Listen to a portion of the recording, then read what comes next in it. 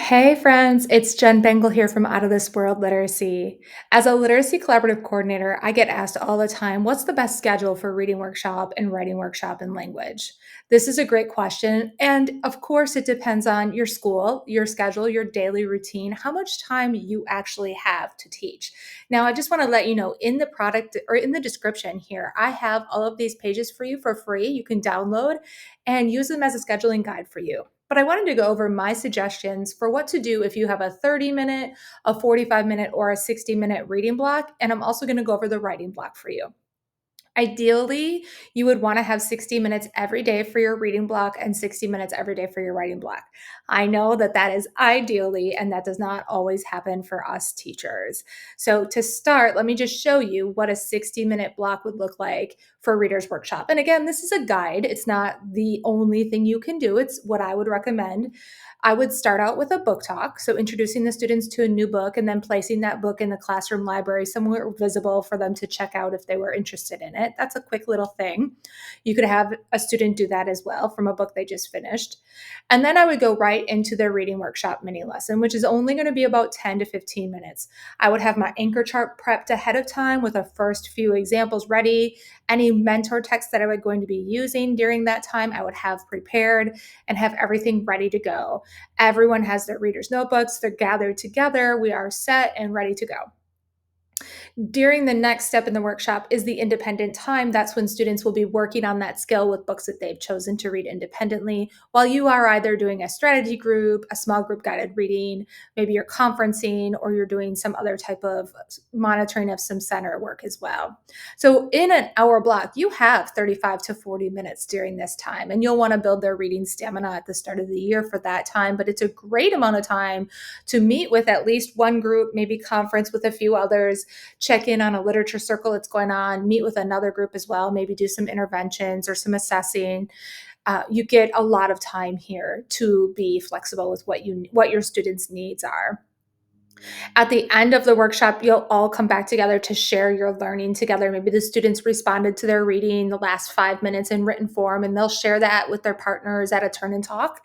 And then the whole class will review the class anchor chart again at that time and kind of wrap up the lesson. So you'll have a good 10 minutes for that if you have your hour block. That hour block really is the most ideal situation. Now, if you have a 45-minute block, you can still do almost everything. I would just shave off the book talk. Maybe you only do a book talk on Mondays or you do a book talk on Fridays, but you might not have time to do one every single day. And then your mini lesson, you're going to want to squeeze hopefully into that 10 minutes.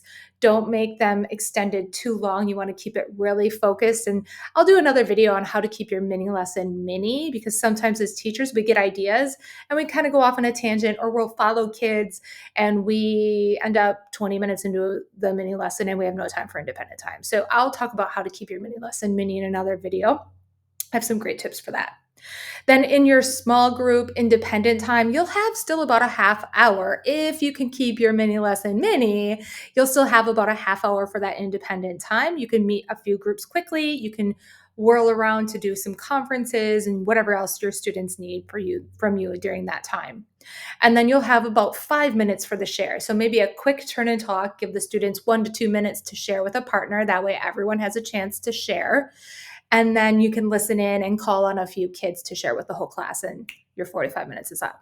So those are 45-minute and a half or hour. Now, if you have a half hour reading block, I really recommend doing an A-B split schedule. To get that workshop framework in a half hour is really difficult, and it would be best probably to split it up into 2 days. So the first day you would start with your mini lesson, which would be about 10 minutes, and then they would have 20 minutes of independent time.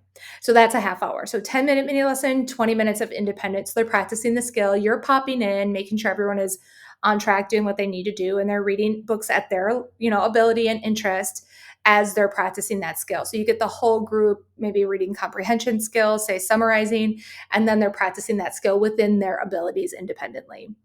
Then on the second day, when you start the reading workshop, instead of starting with a new mini lesson, you'll go in to review and do a share of what you did yesterday. So you may have them bring their readers' notebooks if they wrote some stuff in their readers' notebooks about what they did the day before. They may share that at the start and then kind of do a little review of yesterday's lesson for 5 minutes or so.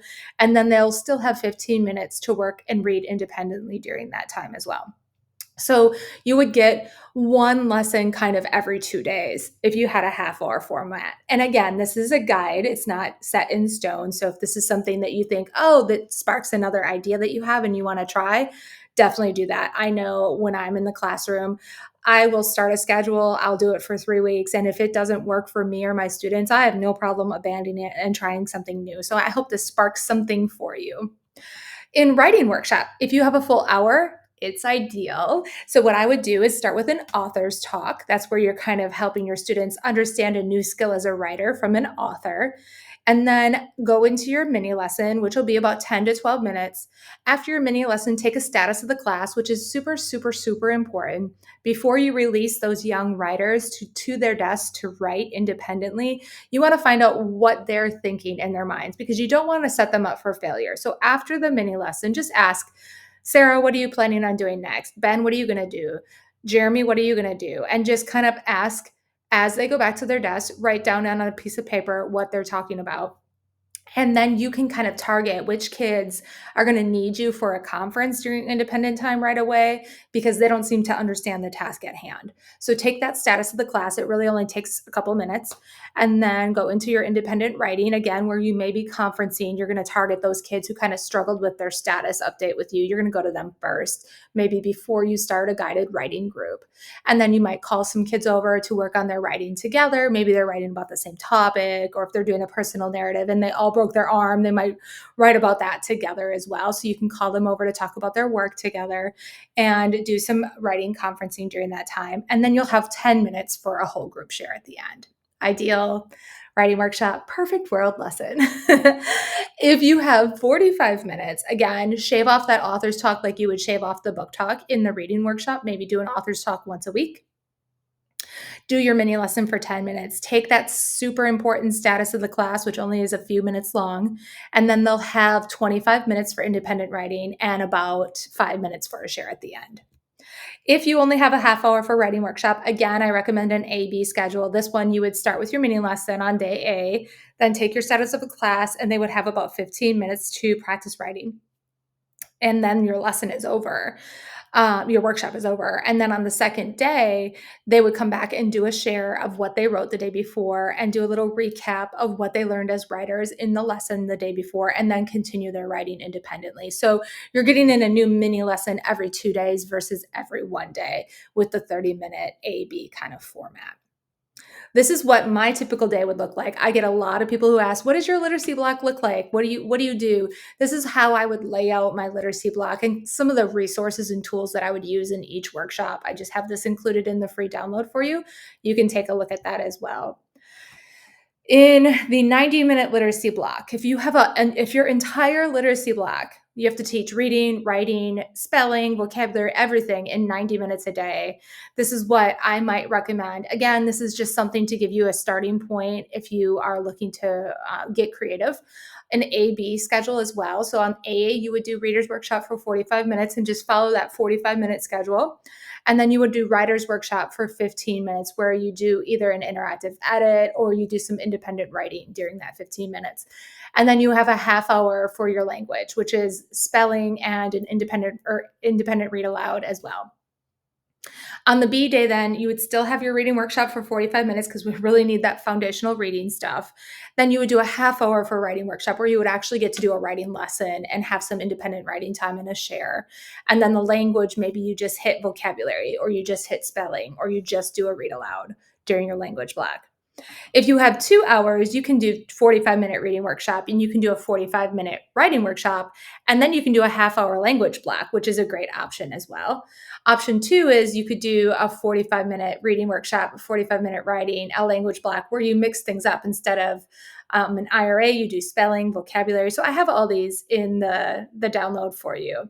And this is option 3 where it kind of shows you a little bit different. If you have a 2-hour language block, you might do an hour of reading workshop and a half hour of writing and a half hour of language, just another option. And the last option would be 45 minutes reading, 30 minutes of writing, and 45 minutes of language. So those are all the options and scheduling ideas I have for you today. I hope this video was helpful. I know scheduling can be a challenge.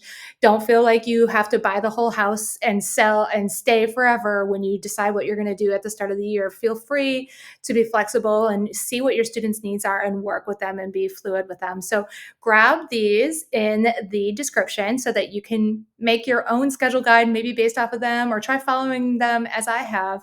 And I hope everything works for you. And I hope you have a great day. Thank you so much for watching. Bye.